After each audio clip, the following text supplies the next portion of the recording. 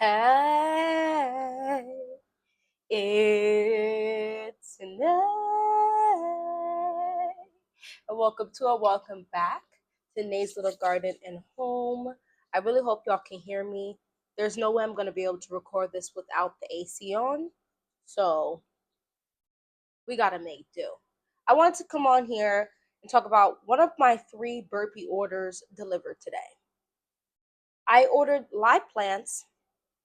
They have like a buy 3 type of thing, and I got 3 sets of them, so I got them for even bigger of a discount.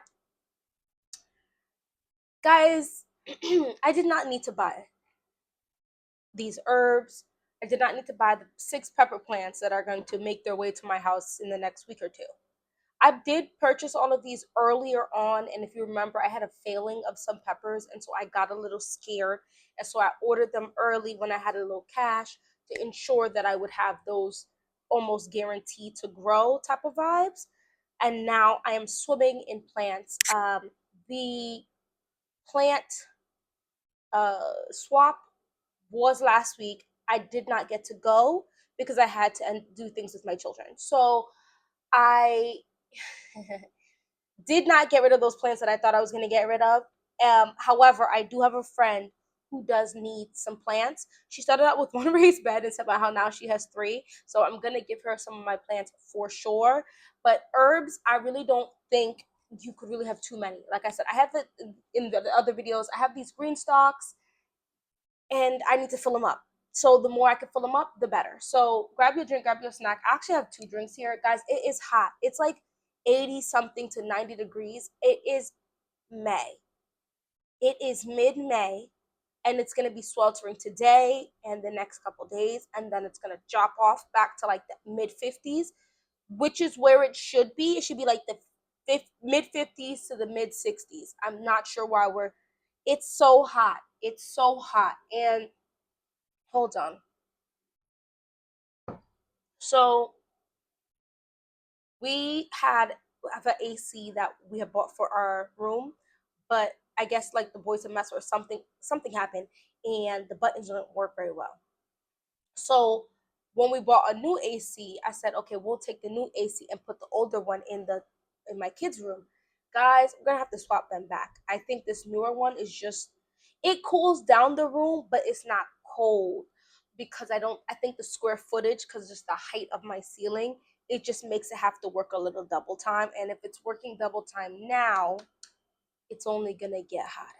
So we're probably gonna have to switch it back and they don't even appreciate the ice cold. Their room is cold and they're like, it's too cold. I'm like, it's too cold. Give me back my AC. So my husband gonna have to do that today because I want my AC back rapido. Anyway, let's stay on point. I have a water and a beet juice. Guys, I still haven't planted out any beets. I have to go and look and see if beets can tolerate heat because it might be too late at this point. I hope not, because why was I playing games with beets? Because I've really been training myself to enjoy the taste of beets, and I can drink it easy. And I've been putting them in my drink. So this is beets, ginger, an apple, some lemon. I don't believe this has sweetener in it because I found out the last time I made it, the apples were sweet enough to really make it nice. But it's nice. I like it. The first herb I'm going to talk about is this. This is just some common thyme. I really don't feel like you could go wrong with herbs. Can you have too many herbs? I don't think so. Walk with me for a minute as I explain why. If you have a very, very small garden, okay, let's say you got one raised bed, 6x3. Do I think you need 10 herb plants in there? Not unless you're just growing an herb garden. However, because I have a little bit of a bigger garden, I don't feel like I can have too many because you could just put them anywhere. I actually have a tomato growing with, I think, an oregano plant in a grow bag.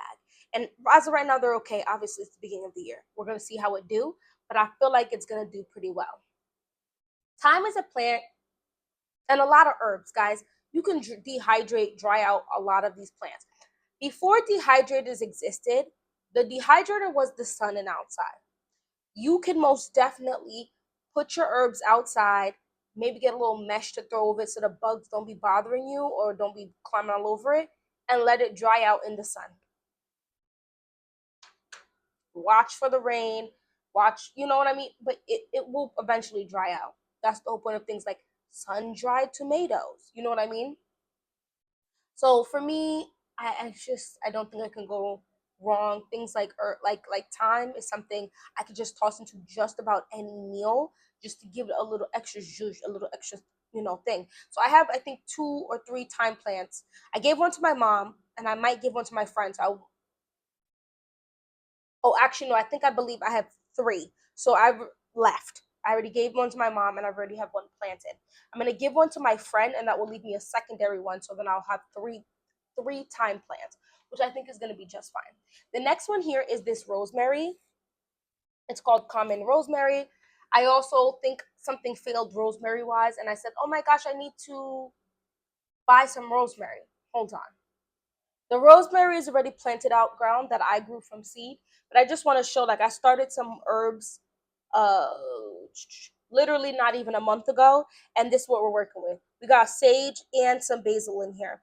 So one of them is going to go to my mom. I'll probably give one to my friend as well, but I have another set of basil over there as well, and these are growing much better. I definitely think ambient temperature played a big role, as well as keeping your soil quite a little bit more moist than anticipated. I think maybe my air is drier, so I can swing that, like having a little bit more moist soil. Because I feel like when you watch people talk about it, they're like, "Oh, you don't want to you want to let your soil dry out." But when I was doing that, my soil was getting crusted on the top, and then having an issue taking in water. So that's that.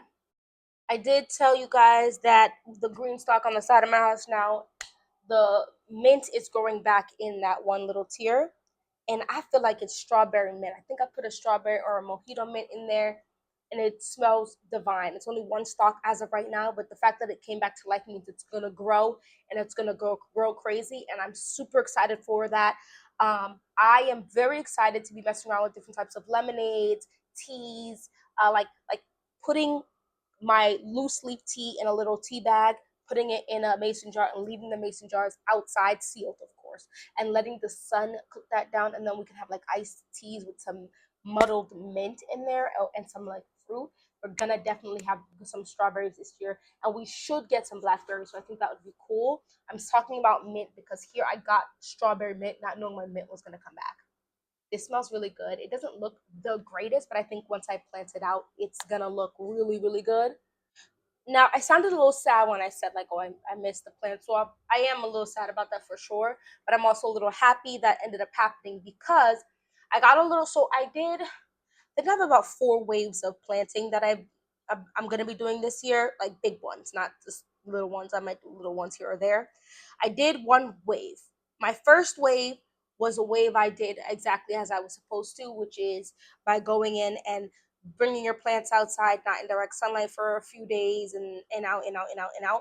And I was really diligent about that because it was cold at nighttime, and I could not play with my plants not making it. Those went out. They are thriving. We will be doing a garden tour. We're probably going to be doing a lot of garden tours this year. I'm very excited about my garden. Um, the second one, the second wave, I also did pretty decent. Maybe one or two wilted just a little bit, but they're springing back. The third wave, I played around, and I'm finding out. I put those things out without doing the 4 or 5 days outside, inside, outside, inside, because it's been warm. They are dying.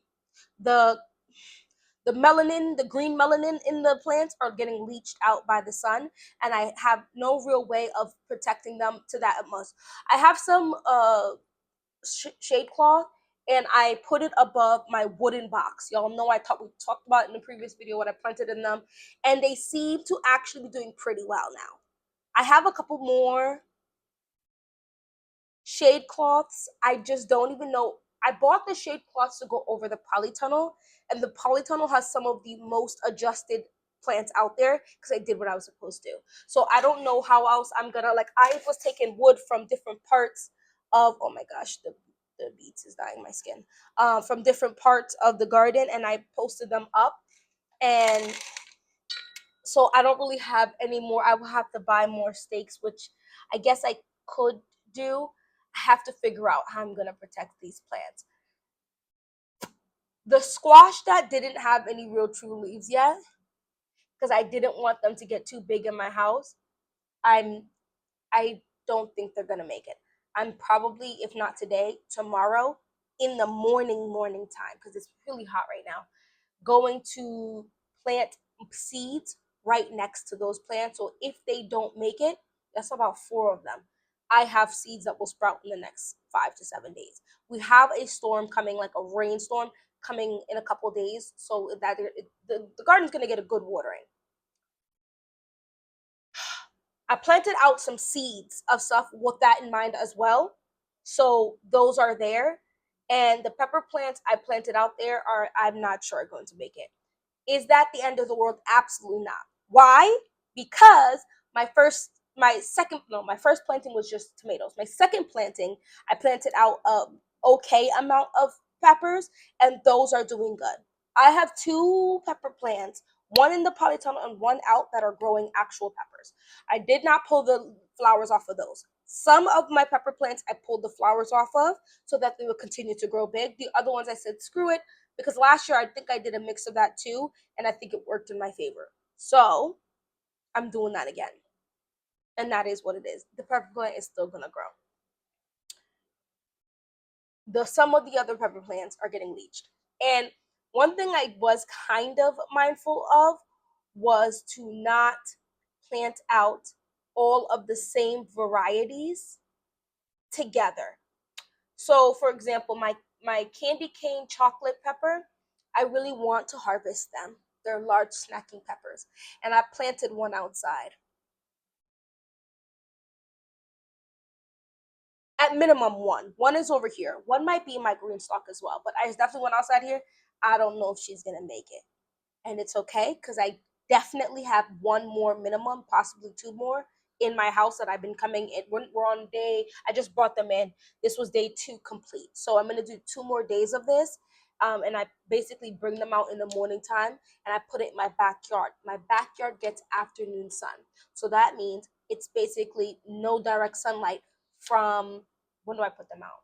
Let's say 9. No, I'm bugging. Let's say 8:15 in the morning till about, it starts getting sun around 3, but I'm not here. I'm picking up my kids. When I get home around, you know, closer to 4, then I am bringing them right in. So they're only getting direct sunlight for like 30 minutes, and they're springing back already. And then I apply water to it, and it sort of has water, and they perk up really nicely. So I think these are gonna, this last massive round is gonna do just fine. And then I'll have a smaller round next, in which I'm gonna be planting out the peppers that come from Burpees, as well as I have some tomatoes, my herbs that I started, and I think there's one last round of peppers out there that I also still need to get out, but it's only like 3 or 4 of them, so it's not an insane amount. I planted out a little more than 50 plants, and I think 40 of them are going to survive. I'm gonna count that as a win because I still have a ton to plant out. So those are the 3 that came so far. I was surprised. When I said shipped out, I assumed all 9 were gonna ship together, but because the other 6 are peppers, I think they're waiting. I think they're just waiting, whatever that could be. I don't. They're gonna ship out by I think the last week of May, no later than the first week of June, because that's typical for my zone, which is zone 6. And so those will go out, and they'll just take a pinch longer to produce peppers, and that's okay because I had a really early peppers go in. Peppers went in around a okay time, and then I'll have peppers going in a really good time, and that's that pertaining to my peppers. My potatoes, guys, I'm a little overwhelmed. My potatoes, I only have 2 bags, and they're already sprouting. And I've been hilling them a little bit, and I have about 5 more potatoes I need to plant out, which could be another 2 bags. I can put 2 in one and 3 in the other, and I need to get them planted. My goal, I believe, was like 5 or 6 bags. At this point, we're probably gonna have about 3 or 4, and I'm like, I have to make my minimum 4. So I'm gonna say 4 because I have enough potatoes already to do those 4 to get them out. Because I really, really, really, really, really, really, really, really, really, really, really, really, really want to store potatoes. I got a good amount of potatoes last year, and we did not eat most of them because I tried to be all creative and get purple potatoes, and my kids didn't want to eat them. And honestly, they started turning an interesting color once you started boiling them, whatever. They were very pretty purple, but I don't know. They're just not for me right now to consume. I need to really start some stuff like tomatoes, peppers, we can get buck. You know what I mean? We can do all the colors, pick a color, any color, and it's gonna be fine. Other things, I need to start out much smaller with things that I'm very used to seeing, and then we can go from there maybe in the future. Let me know if you feel that same way because I was very disappointed in how I felt and how my kids felt about those potatoes. Because when I saw them, I got very excited. So now I have the butterball. So we're gonna at least have at minimum 2 grow bags of potatoes come August or September, whenever I can harvest them. But I wanted 1 bag at minimum per family person in the house. We're gonna see how that goes. The thing about gardening is, and one of the greatest pieces of advice I can give to anyone. Remember, I am new to this, not yet true to this. I've only been gardening for this is my 3rd year gardening outside, and I believe my 4th year gardening as a whole. So I have not been gardening super long, but I'm learning a thing or two here or there. The first thing I tell you, most important thing is start small. I know times are scary and you're looking like, girl, I gotta just scale up crazy. Start small. Even if you start like putting raised beds or green stalks out, you do not have to fill everything.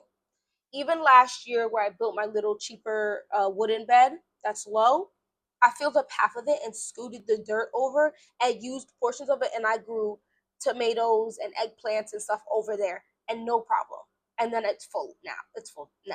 My garlic had to go in there in the fall, so I filled it up. But that might have to be one of my raised beds towards the back. You know what I mean? Because I still have to fill up a half a raised bed and an entire raised bed still. And I bought so much soil already. So do what makes sense for your pockets and what makes sense for your time, and not trying to be aesthetic or whatever.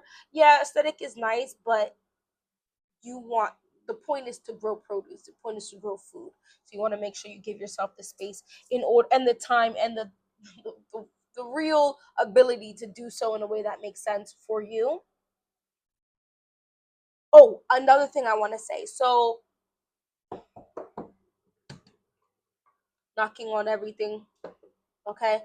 I have not had a rodent issue. Last year, 2 tragedies struck my garden. One, there was some type of animal that came and bit the tops off of a good most of the plants in the polytunnel. When I tell you I was heated,